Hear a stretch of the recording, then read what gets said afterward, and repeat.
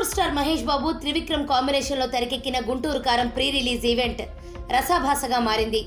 గుంటూరు జిల్లా నంబూరులో మంగళవారం రాత్రి జరిగిన ఈ వేడుకలో పరిమితికి మించి అభిమానులు పోటెత్తడంతో తొక్కిసలాట జరిగింది. ఈ ఘటనలో పలువురికి గాయాలయ్యాయి.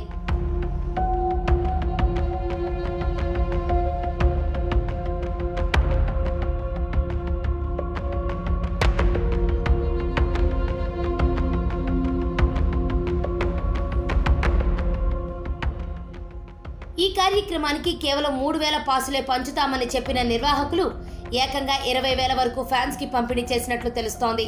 దీంతో భారీగా తరలివచ్చిన మహేష్ బాబు అభిమానులు తీవ్ర ఇబ్బందులకు గురయ్యారు. ఫ్యాన్స్ ని అటు చిత్ర యూనిట్ గానీ ఇటు పోలీసులు గానీ కంట్రోల్ చేయలేకపోయారు. అసహనానికి గురైన అభిమానులు కుర్చీలు గాల్లోకి ఎగరేస్తూ హల్చల్ చేశారు. పరిస్థితిని కంట్రోల్ చేసేందుకు పోలీసులు వారిపై లాఠీచార్జి చేయాల్సి వచ్చింది. దీంతో పలువురు అభిమానులు గాయపడ్డారు.